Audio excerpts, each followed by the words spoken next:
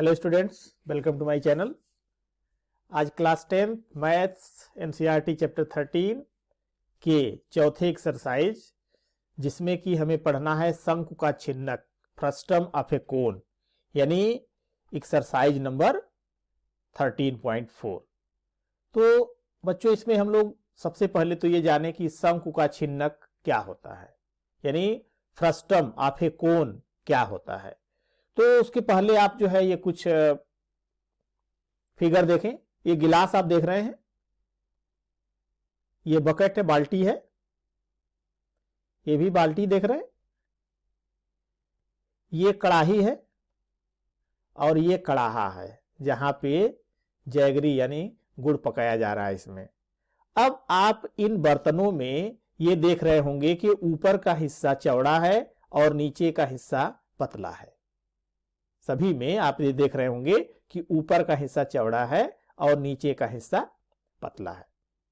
तो इसका मतलब हुआ कि यह कि अगर इस पोर्शन को अगर हम मिला दें नीचे की तरफ तो इसका मतलब ये कोन बनेगा, ये जो है एक कोन बनेगा, यानी कोन से इसका कुछ हिस्सा काट दिया गया है। तो जैसे देखिए, एक बड़ा सा कोन था, इस बड़े से कोन से ये ऊपर का हिस्सा थोड़ा सा काट दिया गया है। तो जब काट दिया गया तो ये जो इसकी जो शक्ल हुई, अब इसे हम कहते हैं छिन्नक, शंकु का छिन्नक। अब इसमें जो रेडियस, ये जो त्रिज्या है अधिक है, ये R1, कम वाला R2, क्योंकि इस फिगर को हम ऐसे भी देख सकते हैं कि ये हिस्सा कभी ऊपर होगा या कभी ये हिस्सा ऊपर होगा। तो जो बड़ा हिस्सा होगा यानी बड़ी त्रिज्या वाला वह R1 और छोटी त्रिज्या वाला R2, ये इसे माना गया है। इसकी यह छिन्नक की ऊंचाई है, यह जो है शंकु के छिन्नक की ऊंचाई है h और इसकी तिर्यक ऊंचाई है l। तो मान लिया शंकु के काटे गए भाग से बने शेष भाग में चौड़े भाग की त्रिज्या R1 है तथा पतले भाग यानी ऊपर वाले हिस्से की त्रिज्या R2 है। इसे हम कहते हैं शंकु का छिन्नक। तो यदि छिन्नक की ऊंचाई ये h है, यहां से यहां तक ये ऊंचाई h और छिन्नक की तिर्यक ऊंचाई l है, तिर्यक ऊंचाई l, स्लैंट हाइट l है, तो इस स्थिति में यानी यह कंडीशन ले लिया गया है कि R1 is greater than R2, यानी ये R1 का मान जो है R2 से बड़ा है। तो इसमें क्या क्या आएगा? एक तो आएगा इसका आयतन, कि इसका आयतन कितना होगा, यानी इसकी कैपेसिटी कितनी होगी। तो शंकु के छिन्नक का आयतन, आयतन के लिए सूत्र होता है 1/3 पाई h into R1 square plus R2 square plus R1 R2, जहां पे h इसकी छिन्नक की ऊंचाई, R1 ये बड़ी त्रिज्या और R2 ये छोटी त्रिज्या। इसी तरह से शंकु के छिन्नक का वक्रीय पृष्ठ, वक्रीय पृष्ठ से तात्पर्य है कि जो वक्र वाला हिस्सा है, क्योंकि अगर हम इसके टॉप और बॉटम की बात करें, टॉप और बॉटम की बात करें तो यह प्लेन होता है, समतल होता है। तो वक्र में कौन सा हिस्सा हुआ? इसका ये वाला पोर्शन हुआ वक्रीय। तो इसका जो वक्रीय पृष्ठ होगा इसके लिए सूत्र होता है pi with in bracket R1 plus R2 into L। R1 R2 ये इनकी त्रिज्याएं हैं और L इसकी तिर्यक ऊंचाई है। अब जो तिर्यक ऊंचाई L है, इस L का मान होता है under root h square plus R1 minus R2 का होल स्क्वायर। जैसे कि आप सिंपली पढ़ते हैं ना, L equals to under root h square plus R square, तो यहां पे R की जगह पर है R1 माइनस R2 का होल स्क्वायर। अब ये होगा कि इस जो शंकु का छिन्नक है, ये जो हमें आकृति प्राप्त हुई है, शंकु के छिन्नक का जो संपूर्ण पृष्ठीय क्षेत्रफल, संपूर्ण पृष्ठीय मतलब ये ऊपर वाला हिस्सा भी, ये नीचे वाला हिस्सा भी और इसका ये वक्र पृष्ठ। तो इसके लिए क्या करेंगे? ये वक्र पृष्ठ, तो वक्र पृष्ठ आपको मिला है पाई R1 plus R2 into L। इसके बाद इसका ये जो वृत्ताकार हिस्सा होगा, यह वृत्ताकार हिस्सा हो गया पाई R1 स्क्वायर, ऊपर वाले का पाई R2 स्क्वायर। तो इस तरह से शंकु के छिन्नक का संपूर्ण पृष्ठीय क्षेत्रफल पाई times R1 plus R2 into L plus pi R1 square plus pi R2 square. अब आइए एक्सरसाइज 13.4 क्वेश्चन नंबर 1। इन सभी क्वेश्चंस में जब तक कहा न जाए पाई का मान हमें 22/7 लेना है, 22/7 लेना है। पानी पीने वाला एक गिलास 14 सेंटीमीटर ऊंचाई वाले एक शंकु के छिन्नक के आकार का है। दोनों वृत्ताकार सिरों के व्यास 4 सेंटीमीटर और 2 सेंटीमीटर हैं। इस गिलास की धारिता ज्ञात कीजिए। धारिता से तात्पर्य होता है आयतन, यानी धारण करने की क्षमता। तो गिलास में कितना पानी आएगा, ये उसका आयतन हो गया। यानी इस गिलास की धारिता यानी आयतन आपको ज्ञात करना है। तो चलिए सॉल्व करते हैं इसको। ये है एक गिलास। अब इसमें आप जो है ऊपर का हिस्सा और नीचे का हिस्सा और ऊंचाई तो जो दिया गया है प्रश्न में सबसे पहले आप नोट करेंगे। तो देखिए ये दिया गया है कि इसकी वर्टिकल हाइट जो है यह 14 सेंटीमीटर है, ऊंचाई जो है 14 सेंटीमीटर है। खुले सिरे की त्रिज्या जो ऊपर वाला हिस्सा है, तो ऊपर वाले सिरे की त्रिज्या जो है कितनी हो जाएगी, दिया गया है कि व्यास 4 सेंटीमीटर है तो त्रिज्या हो गई 4/2 यानी 2 सेंटीमीटर। इसी तरह से नीचे का पोर्शन बंद होगा तो बंद सिरे की त्रिज्या R2, ये 2 सेंटीमीटर दिया गया था व्यास, तो 2/2 यानी 1 सेंटीमीटर। अब आयतन कितना होगा, तो गिलास का आयतन या धारिता, इसके लिए सूत्र है 1/3 पाई h R1 square plus R2 square plus R1 R2। अब R1 R2 और h का मान हम इसमें रख देंगे।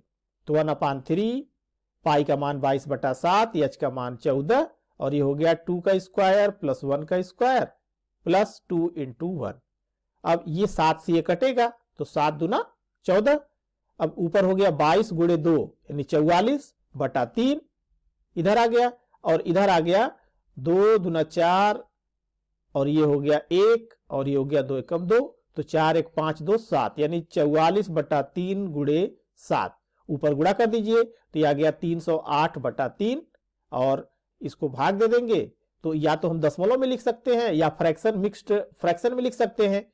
तो 102 सही 2/3 क्यूबिक सेंटीमीटर, अर्थात गिलास की धारिता यानी इसका आयतन होगा 102 सही 2/3 सेंटीमीटर क्यूब। Question number 2। एक शंकु के छिन्नक की तिर्यक ऊंचाई 4 सेंटीमीटर है। शंकु के छिन्नक की तिर्यक ऊंचाई 4 सेंटीमीटर है, यानी L का मान हो गया। इसके वृत्तीय सिरों के परिमाप यानी परिधियां 18 सेंटीमीटर और 6 सेंटीमीटर है। इस छिन्नक का वक्र पृष्ठीय क्षेत्रफल ज्ञात कीजिए। तो क्या क्या दिया इसमें, देखिए ये इस तरह से होगा, R1 ऊपर और R2 नीचे हो गया और ये H है। तिर्यक ऊंचाई दी गई है 4 सेंटीमीटर। तो ऊपरी सिरे की परिधि, ये परिधि यहां पर दिया गया है, तो ऊपरी सिरे की परिधि यानी इसका परिमाप 18 सेंटीमीटर है। तो C1 बराबर 18 सेंटीमीटर। C1 बराबर क्या होता है, C1 बराबर होता है 2 पाई, यानी परिधि जो है 2 पाई R होती है। तो 1 के लिए हम C1 बराबर 2 पाई R1 ले लेते हैं। तो इससे R1 बराबर C1/2 पाई। C1 का मान दिया 18 सेंटीमीटर तो 18/2 पाई। 2 से काट दीजिए तो 2 9 18 9/पाई। इसी तरह से निचले सिरे की परिधि यानी R2 फाइंड करने के लिए, तो निचले सिरे की परिधि C2 बराबर 6 सेंटीमीटर है। अब C2 बराबर 2 पाई R2, तो R2 बराबर C2/2 पाई। इससे मिल जाएगा 6/2 पाई। 2 से इसको कट करेंगे 2 तिहाई 6 3/पाई। और छिन्नक की तिर्यक ऊंचाई L ये दिया गया है 4 सेंटीमीटर। तो शंकु के छिन्नक का वक्रीय पृष्ठ पाई ब्रैकेट में R1 + R2 × L। अब ये हो गया पाई, R1 का मान 9/पाई, R2 का मान 3/पाई और इंटू L। अब इसमें पाई कॉमन ले लीजिए, तो जब पाई कॉमन लेंगे या एलसीएम कह सकते हैं, तो ये हो गया पाई और यहां पर ये हो गया 9 3 12 12/पाई और ये गुणे 4। पाई से पाई कट जाएगा, पाई से पाई कट गया तो 12 चौक 48 48 सेंटीमीटर स्क्वायर। यानी छिन्नक का वक्र पृष्ठीय क्षेत्रफल 48 सेंटीमीटर स्क्वायर क्वेश्चन नंबर 3, एक तुर्की टोपी शंकु के एक छिन्नक के आकार की है। देखिए आकृति 13.24, ये आकृति जो देख रहे हैं यह तुर्की टोपी। यदि इसके खुले सिरे की त्रिज्या 10 सेंटीमीटर, तो ये टोपी है, इसका मतलब कि पहनेंगे ना, जब पहनेंगे तो नीचे वाला सिरा खुला होगा, यानी इसकी त्रिज्या होगी 10 सेंटीमीटर। ऊपरी सिरे की त्रिज्या 4 सेंटीमीटर, ये ऊपर वाला जो हिस्सा है यह इसका 4 सेंटीमीटर है, और टोपी की तिर्यक ऊंचाई 15 सेंटीमीटर है, यानी ये यहां से यहां तक ये 15 सेंटीमीटर है। तो इसके बनाने में प्रयुक्त पदार्थ का क्षेत्रफल ज्ञात कीजिए, अर्थात इसको बनाने में जो कपड़ा लगेगा उस कपड़े का क्षेत्रफल कितना होगा। अब यहां पर ये देख रहे होंगे कि ये जो इसमें ये सजाने के लिए इसको लगाया गया है, इसको छोड़ दिया गया है, ये सिर्फ हम ये अंदर वाला पोर्शन यानी जो कपड़ा इसमें लगा हुआ है इसको फाइंड करेंगे। तो अब इसमें देखिए क्या क्या दिया है। दिया है कि खुले सिरे की त्रिज्या, यानी ये जो खुले सिरे की त्रिज्या है यह कितना है, यह 10 सेंटीमीटर है। खुले सिरे की त्रिज्या ये 10 सेंटीमीटर। इसी तरह से बंद सिरे की त्रिज्या 4 सेंटीमीटर। टोपी की तिर्यक ऊंचाई ये 15 सेंटीमीटर दिया गया है। तो इसको बनाने में कपड़ा कितना लगेगा, इसका वक्र पृष्ठ और प्लस ऊपर वाला हिस्सा, यानी ये पूरा हिस्सा लगेगा इधर का, और ये ऊपर का सिरा बंद है, तो ऊपर का सिरा बंद है, इसका मतलब कि ये पाई r2 स्क्वायर भी लगेगा। तो टोपी बनाने में लगा कपड़ा फाइंड करिए, आप लिख सकते हैं इसको।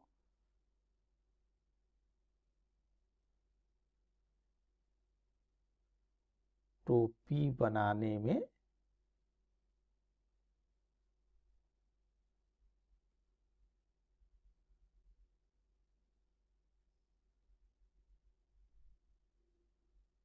लगा कपड़ा बराबर इसका वक्र पृष्ठ निकाल लीजिए। तो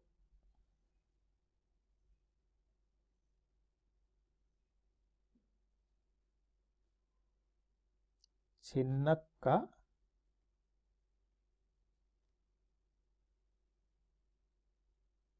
वक्र पृष्ठ प्लस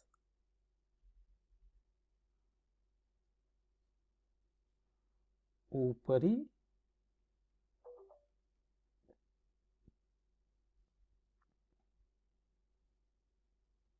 वृत्ताकार भाग का क्षेत्रफल। अब इसका मान रखते हैं, तो कितना हो जाएगा, ये हो जाएगा आपका पाई r1 plus r2 into L, और प्लस ये हो जाएगा पाई, और देखिए बंद सिरा 4 सेंटीमीटर वाला है ना, तो इसको r2 लेंगे, तो पाई r2 का स्क्वायर। चलिए दोनों को अलग अलग सॉल्व कर लेते हैं। तो यहां से ये मान रखेंगे, तो 22/7 r1 10, r2 का मान है 4, और L का मान है 15। ये इधर का हिस्सा हो गया, प्लस ये भी सॉल्व कर लीजिए, तो 22/7 और गुणे r2, और r2 का मान जो है कितना रखे हैं आप इसमें, r2 का मान रखे हैं 4 सेंटीमीटर, तो ये 4 का स्क्वायर हो गया। अब ये वैल्यू कितनी हुई, 22/7 गुणे 14 और गुणे 15, ये 7 से काट देंगे तो 7 दूना 14, और प्लस ये हो गया आपका 22 गुणे 16/7। अब यहां से इधर का हिस्सा आ गया आपका, इसको निकालेंगे तो ये आ जाएगा 660, और इधर का हिस्सा आपका आ जाएगा 352 और बटा 7। अब इसे सिंपलीफाई कर लेंगे तो आ जाएगा 710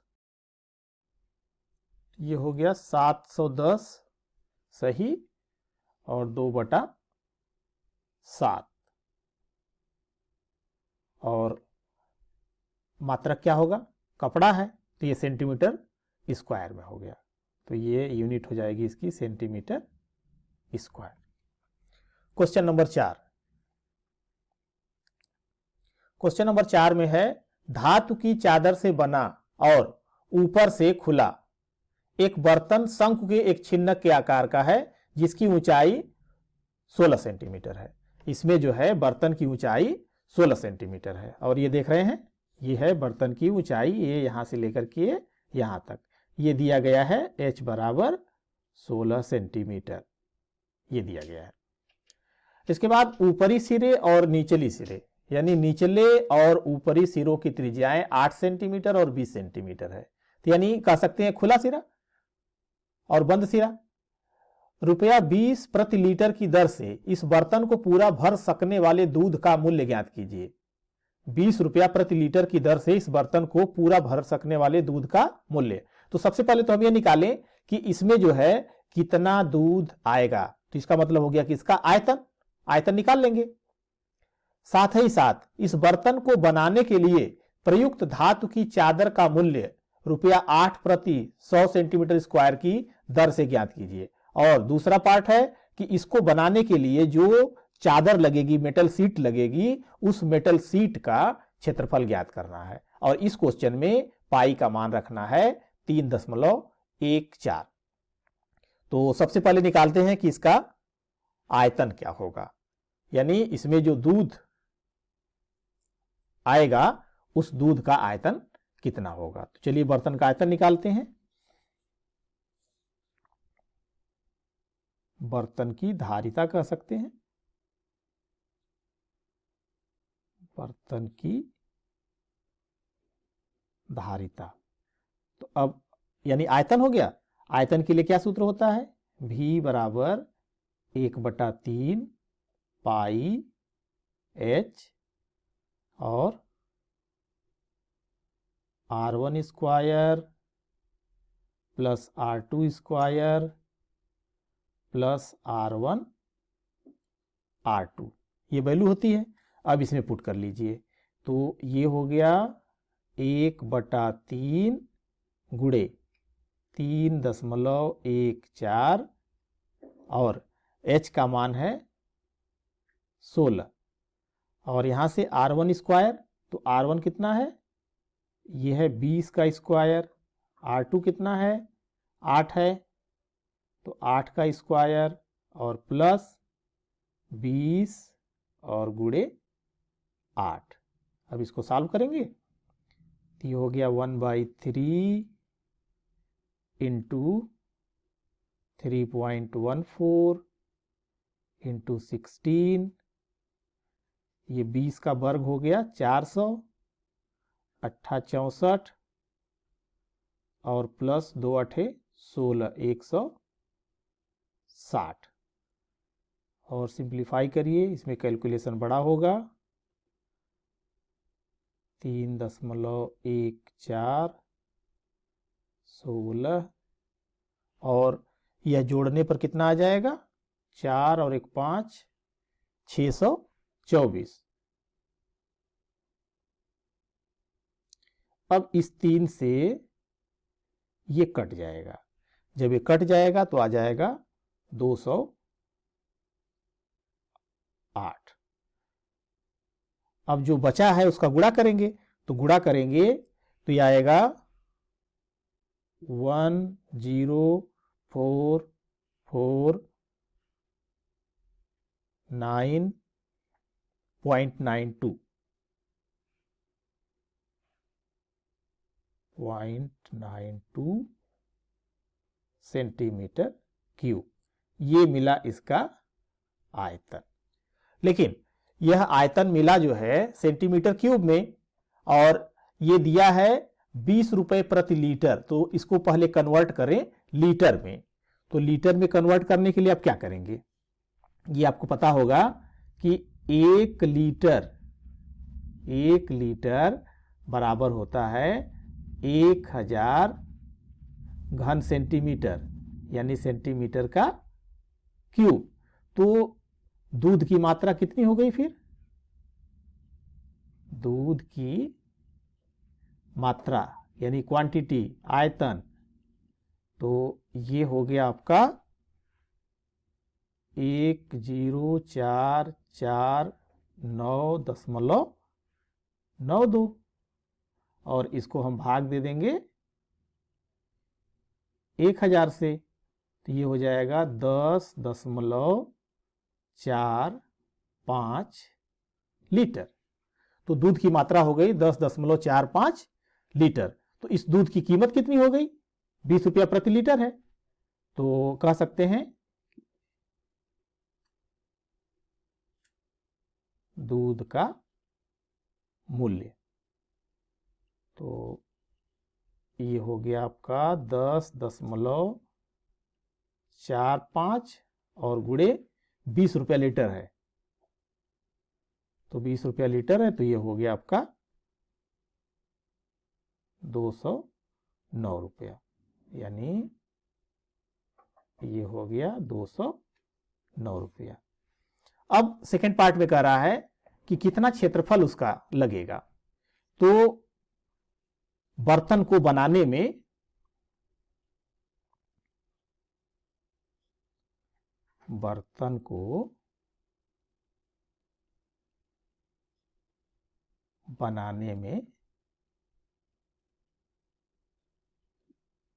लगे सीट का क्षेत्रफल यानी कितना लगेगा।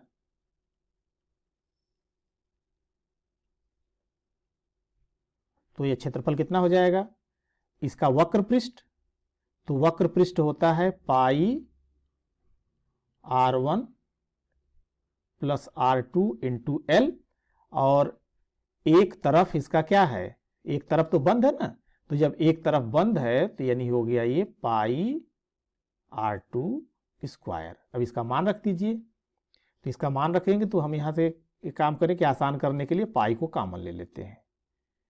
तो यहां से हो गया r1 प्लस r2, r1 का मान 20 है, r1 का मान 20 है, r2 का मान 8 है, और l का मान क्वेश्चन में दिया गया था, l का मान 28 है। l का मान जो है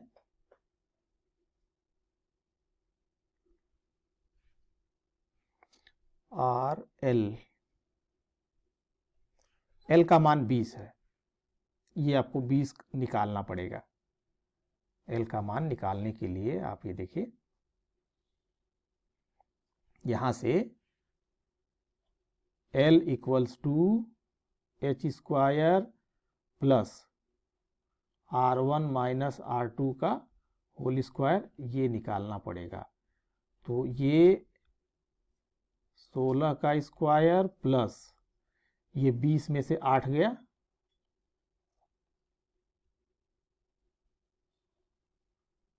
सोलह का स्क्वायर हो गया 256, और 20 में से 8 गया 12, 12 पर यहाँ 144, तो ये हो गया आपका 400, और 400 का ये रूट निकाल लेंगे तो आ जाएगा 20 सेंटीमीटर। ये 20 यहाँ पर इसमें पुट कर देंगे, तो जब इसमें 20 ये पुट करेंगे तो ये हो गया इतना, और प्लस r2 का स्क्वायर, r2 कितना है? r2 8 है, तो 8 का स्क्वायर। अब ये 3.14 रखना है, तो 3.14, और ये हो गया 28 गुणे 20 प्लस 64, तो 3.14 और 28 दूना 56, ये 560 प्लस 64, 3.14 और गुणे ये हो गया आपका 624, और जब इसको गुणा कर देंगे ये कितना आ जाएगा? गुणा थोड़ा बड़ा आएगा,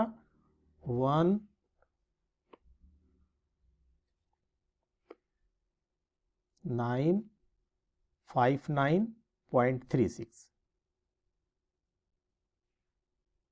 यह आ जाएगा इतना सेंटीमीटर स्क्वायर।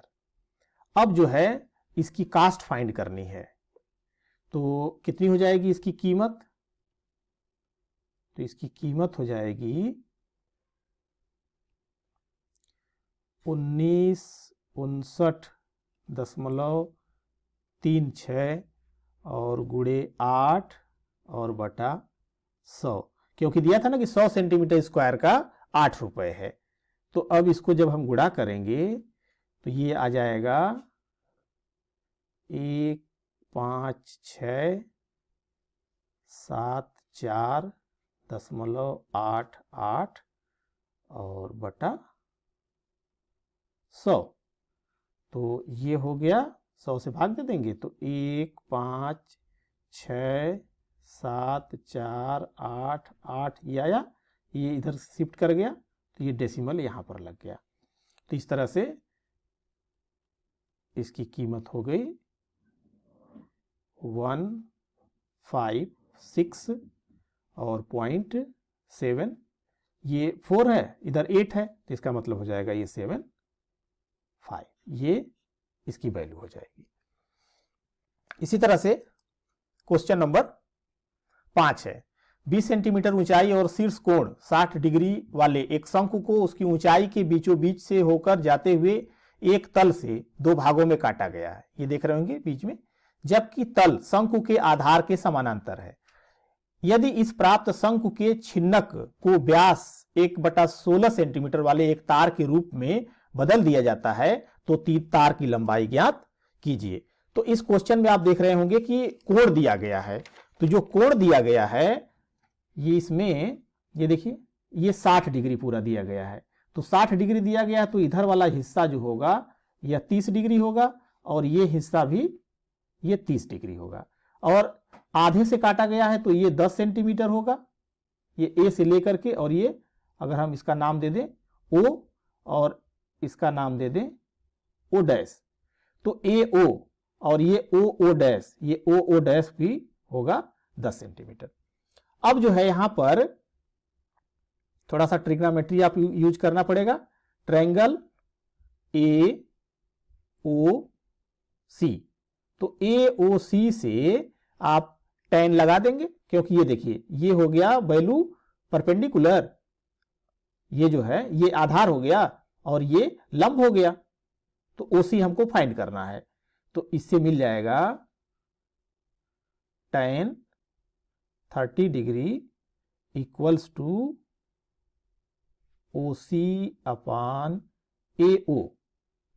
tan 30 का मान 1/√3, तो ये OC बटा AO, AO का मान 10 है तो रख सकते हैं, तो इस तरह से मिल गया OC इक्वल्स टू 10/√3, मीन्स ये R2 मिल गया, तो R2 बराबर हो गया 10/√3 सेंटीमीटर। इसी तरह से A और O डैश E में, triangle A O dash E, इससे निकालेंगे तो इससे भी वही मिलेगा कि tan 30 equals to O dash E और बटा AO डैश, AO डैश, तो ये O डैश E और ये वैल्यू हो जाएगी पूरी 20, इसका मान हो गया 1/√3, तो O डैश E बटा 20, तो O डैश E बराबर 20/√3 और यही होता, ये वैल्यू हो गई R1, ये R1 हो गई। अब इस तरह से जो है R1 और R2 ये दोनों वैल्यू हमें पता हो गई, तो जब पता हो गई तो अब आपको फाइंड ये करना है कि 1/16 सेंटीमीटर व्यास वाले एक तार के रूप में बदल दिया जाता किसको, ये जो हिस्सा देख रहे हैं BOC और DO', इसको जो है मेल्ट किया जा रहा है, मतलब इसको पिघला करके तार बनाया जा रहा है, तो इसका जो आयतन होगा वह जो पतला तार बनाया जाएगा उस तार के आयतन के बराबर होगा। तो छिन्नक का आयतन जो होगा वह तार के आयतन के बराबर होगा। तो तार जो है कैसा होगा, तार जो है वह बेलनाकार होगा। तो इसका मतलब हो गया कि तार जो हमको मिल रहा है, तार का आयतन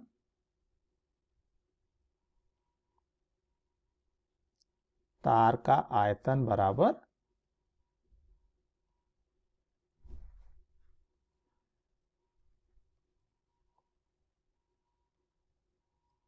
शंकु के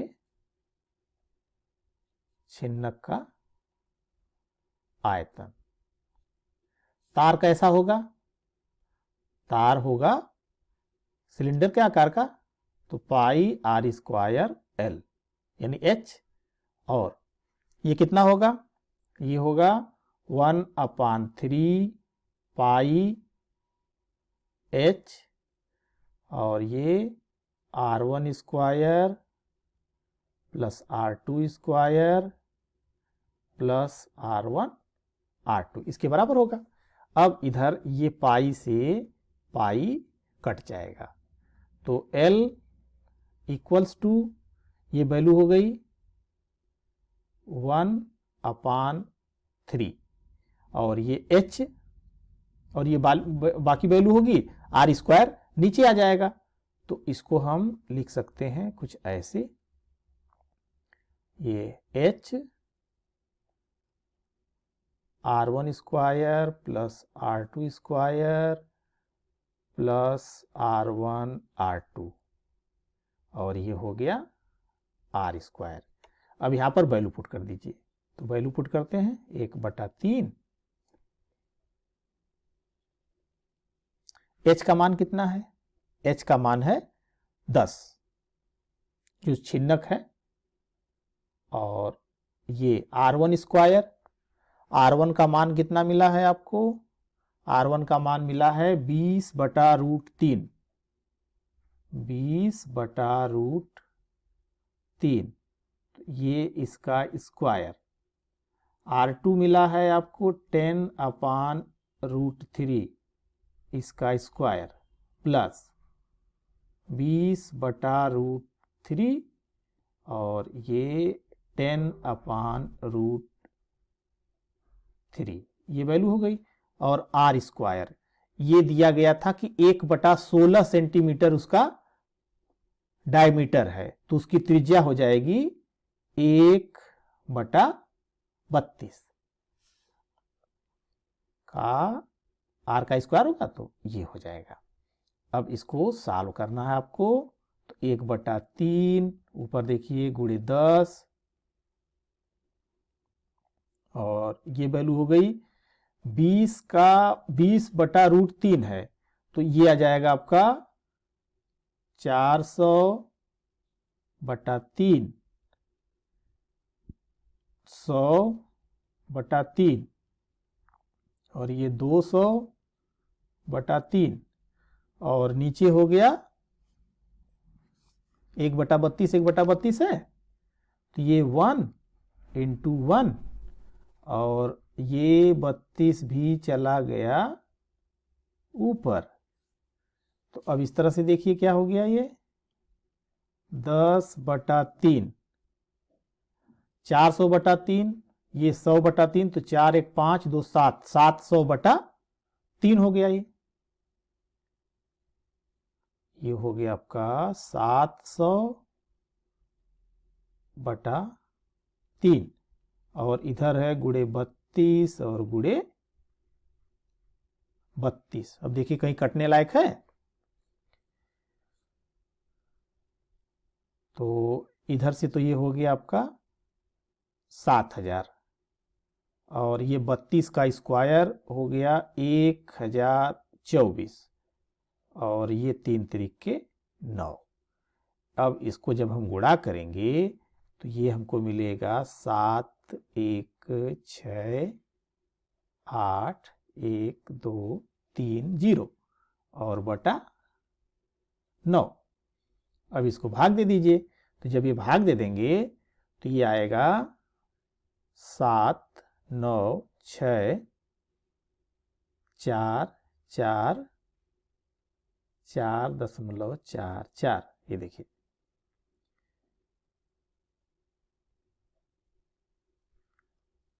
1 2 3 4 5 6 7, 1 2 3 4 5 6 7, तो ये आ जाएगा सेंटीमीटर में। 9 से भाग देंगे, ये 3 4 7 और ये 2 2 4 2 6, 2 2 4 2 6, ये इतना सेंटीमीटर आएगा। और 100 से भाग देंगे, तो जब 100 से भाग देंगे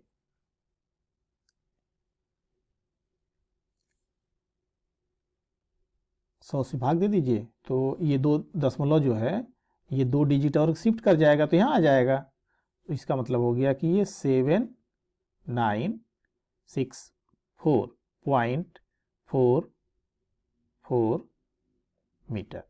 तो तार की जो लंबाई होगी, तार की